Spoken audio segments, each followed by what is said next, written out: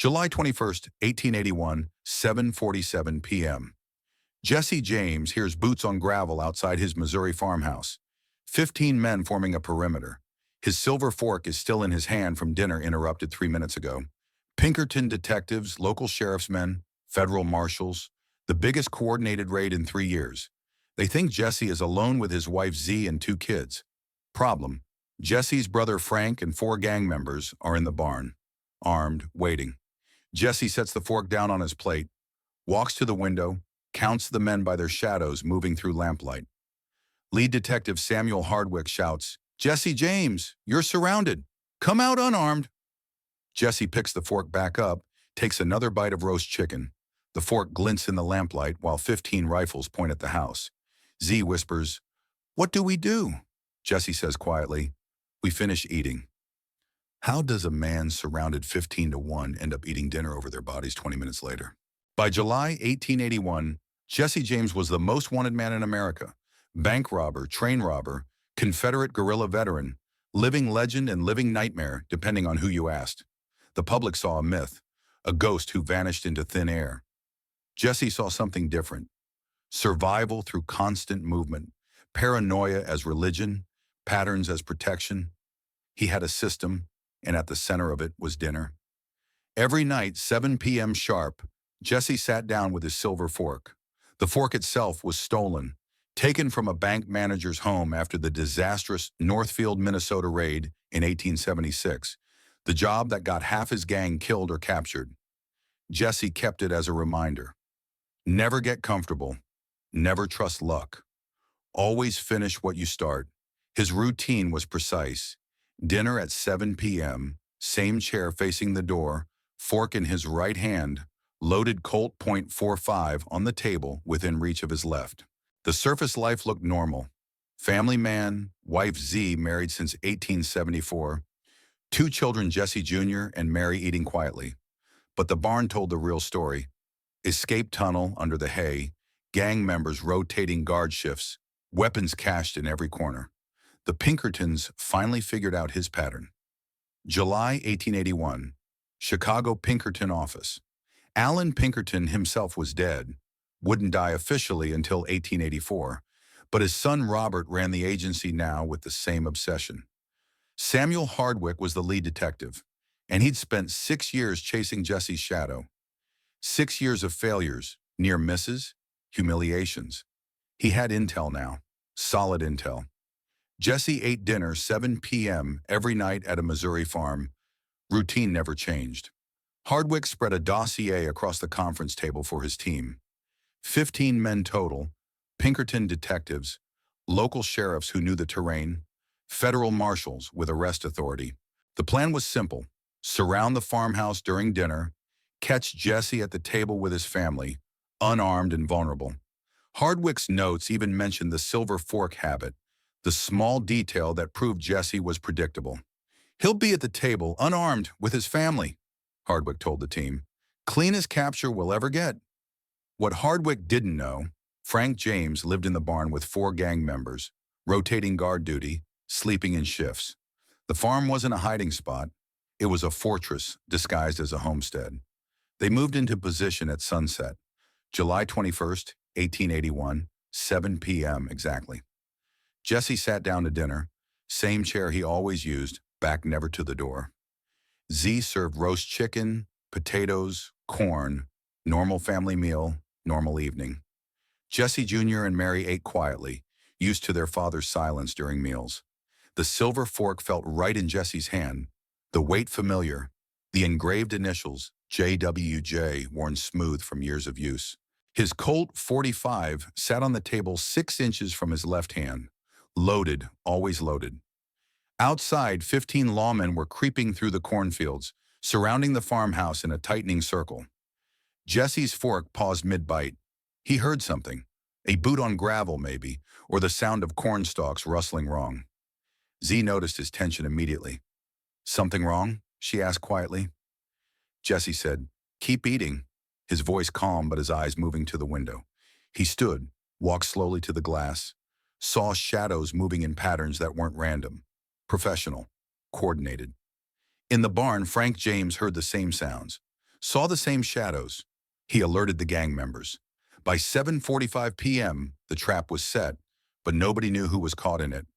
At 7:47 p.m., Jesse counted 15 men through the window's reflection in the lamplight. He recognized the formation. Pinkerton perimeter. Tight and professional. No gaps. No amateur mistakes. These weren't local sheriffs playing outlaw hunter. These were the real thing. Jesse returned to the table, picked up his silver fork, took another deliberate bite of chicken.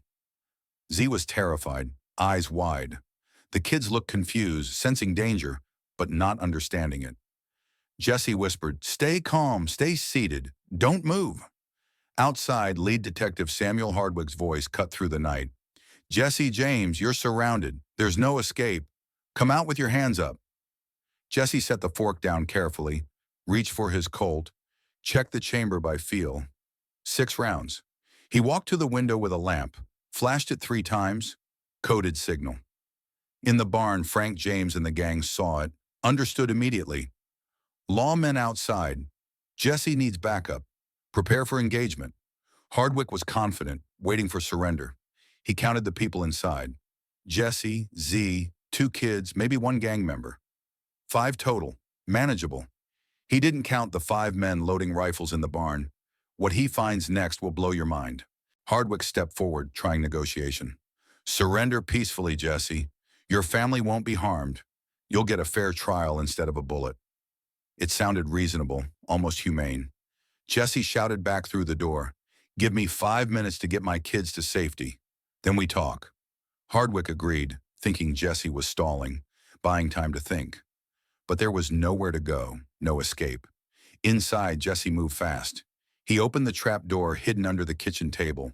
Root cellar, deep enough to protect Z and the children from gunfire. "Get down there, stay quiet," Jesse said. Z grabbed the kids, started to descend. Jesse handed her the silver fork. "Keep this safe," he said. "I'll need it after." Z's eyes asked the question, after what? But she took the fork, climbed down, pulled the trap door shut above her.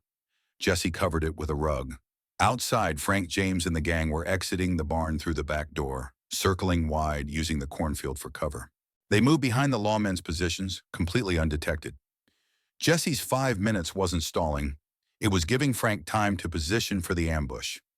At 7:52 p.m., Jesse opened the front door. Jesse stepped onto the porch, hands visible, empty, raised slightly, the perfect image of surrender.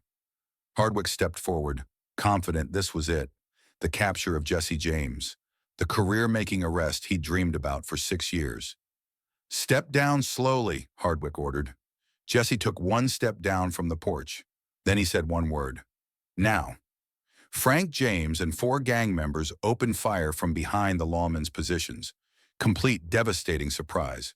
The cornfield erupted with muzzle flashes. Lawmen scattered, dove for cover, tried to return fire but couldn't locate the shooters. Jesse dropped to the porch, drew his Colt from his waistband where he'd hidden it, started shooting. The crossfire was instant, brutal, coordinated. 4 lawmen went down in the first 30 seconds. Hardwicke dove behind a water trough, screaming orders nobody could hear over the gunfire.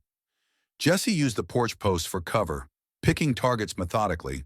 He'd learned tactical shooting during the Civil War as a Confederate guerrilla, and he'd never forgotten. 2 lawmen tried to storm the front door, thinking Jesse was vulnerable. He shot both at close range, dragged their bodies inside for additional cover. Through the window, lamplight illuminated the silver fork still sitting on the dinner table, abandoned mid-meal. By 7:55 p.m., 8 lawmen were dead. The remaining 7 lawmen were retreating, dragging wounded, stumbling through the cornfield in full tactical collapse. Hardwicke was screaming orders, trying to regroup, but Frank James kept pursuing, firing from the shadows, not letting them organize. Jesse stood on the porch, Colt smoking in his hand, watching them scatter like birds. He checked his pocket watch. 7:58 p.m. 3 minutes from first shot to total victory. Jesse James was never captured in a raid. Documented fact. Every attempt to surround him ended in retreat or death. This was why. Hardwicke realized too late that the trap had reversed. They'd walked into Jesse's ambush, not the other way around. One lawman, younger than the rest, fired a desperate shot at Jesse from 50 yards. Missed. Jesse didn't return fire. He let the man run, let him escape with the others. Deliberate choice. Jesse wanted survivors, wanted them to spread the story, wanted every lawman in America to know what happened when you interrupted Jesse James at dinner. At 8:05 p.m., Jesse walked back inside the farmhouse, gun still warm in his hand. Jesse returned to his farmhouse, stepping over spent shell casings. The smell of gunpowder thick in the air.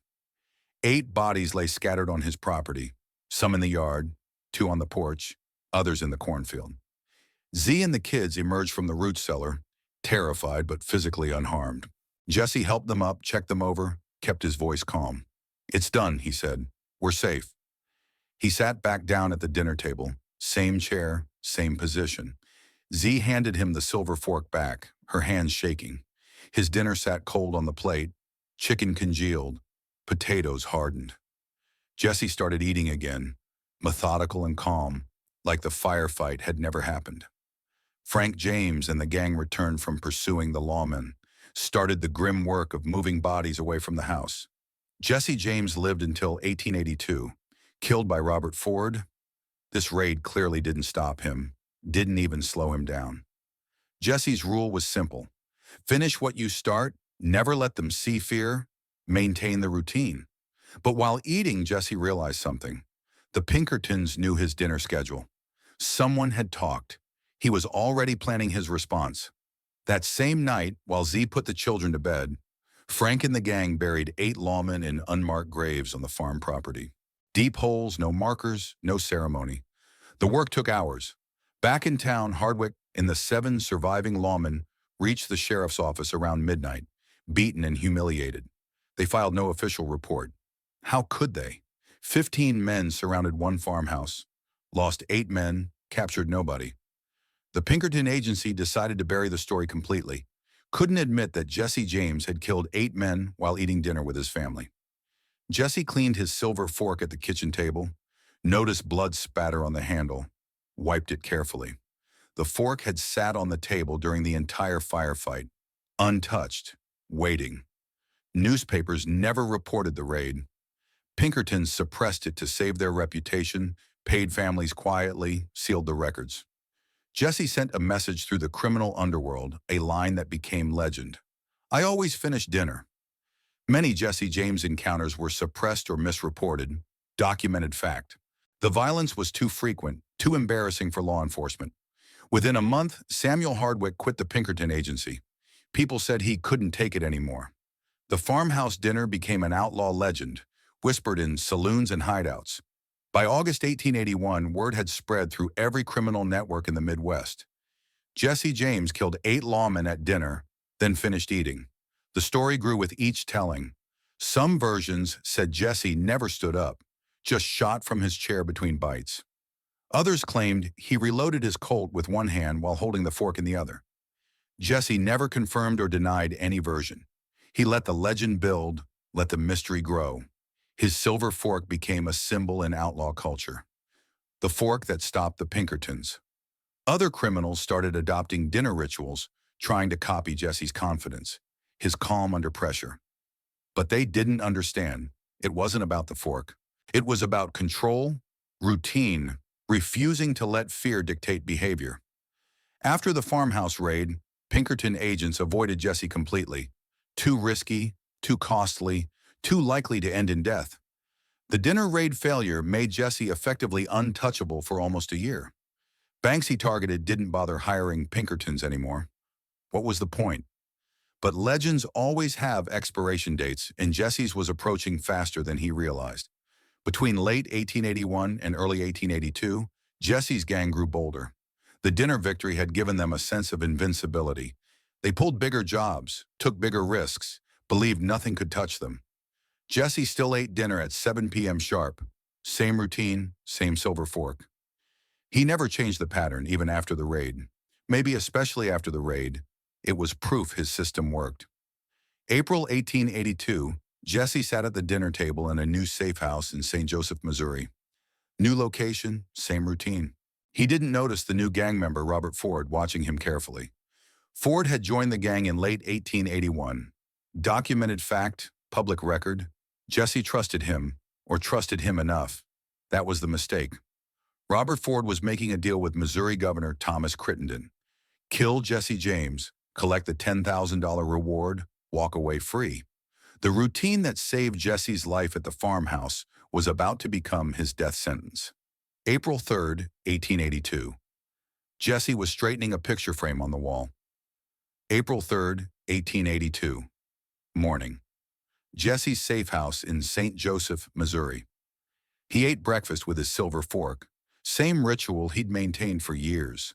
Eggs, bacon, coffee. Robert Ford and his brother Charlie sat at the table with him, acting normal, acting loyal. Jesse finished eating, stood up, walked across the room to straighten a picture frame that had tilted on the wall. Small detail, ordinary moment. He turned his back to the room, broke his cardinal rule, the one that had kept him alive through 100 close calls. Never turn your back. Never drop your guard. Robert Ford drew his pistol, aimed at the back of Jesse's head, fired once. Jesse James died instantly at age 34, the most wanted outlaw in America, killed in his own safe house by a man he trusted. Ford collected his $10,000 reward within days, became known forever as the coward who shot Jesse James. Public record, newspaper headlines, photographs of Jesse's body. The silver fork still sat on the breakfast table, eggs half-eaten beside it, cooling in the morning light. The fork that had symbolized Jesse's invincibility sat unused, abandoned, irrelevant. The legend ended where it had thrived, at the dinner table. But the story of that fork wasn't finished. After Jesse's death, Z. James kept the silver fork wrapped in cloth, hidden in a drawer. She never used it, never displayed it, couldn't bear to look at it most days. It carried too much weight, the memory of that July night when Jesse sat calmly eating while 15 men surrounded their home. The image of him handing it to her before walking into gunfire. The knowledge that his routines both saved and killed him.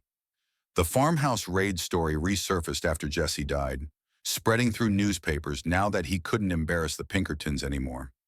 Journalists tracked down surviving lawmen, pieced together accounts. 8 lawmen confirmed dead, July 21st, 1881. The Pinkerton agency quietly admitted the failure posthumously in internal reports, though they never publicized the full humiliation. The raid that never made headlines became the raid that defined Jesse's legend. The night he killed 8 men and finished dinner. The silver fork eventually made its way to a museum, donated decades later by Jesse's descendants. Museum records document it as an authentic artifact from the Jesse James collection, engraved with his initials. It sits behind glass now in Missouri, the initials JWJ still visible despite years of use. Thousands of visitors see it annually, read the placard explaining its history. Imagine Jesse holding it that night. The fork transformed through Jesse's life, from stolen dinner utensil to tactical symbol to murder weapon to memorial. Same piece of silver, different meanings across decades. The final echo completes the circle. The fork Jesse held while killing 8 men now rests motionless in a display case, preserved under controlled temperature, stripped of the hand that made it legendary. Tourists take photographs. Children press faces against the glass. Nobody eats with it anymore. Nobody will ever eat with it again. The engraved initials remind everyone who looks that Jesse Woodson James, bank robber, killer, legend, once held this ordinary object during an extraordinary moment. Invincibility was routine until routine became predictable. Jesse survived the farmhouse raid because he never broke his pattern, never abandoned his system, never let fear change his behavior. He died in St. Joseph because he finally did. Turned his back, dropped his guard, trusted the wrong person. The fork bears witness to both truths. It proved that discipline and ritual could defeat superior numbers and firepower. It proved that the same discipline eventually becomes a cage. According to people who knew Jesse, he said once, "A man's habits will save him or kill him, but they'll never leave him alone." The fork stayed clean, stayed silver, stayed sharp through 16 months between the farmhouse raid and his death. But the hand that held it learned too late that legends don't eat dinner forever. Some rituals protect you, others just make you easier to find.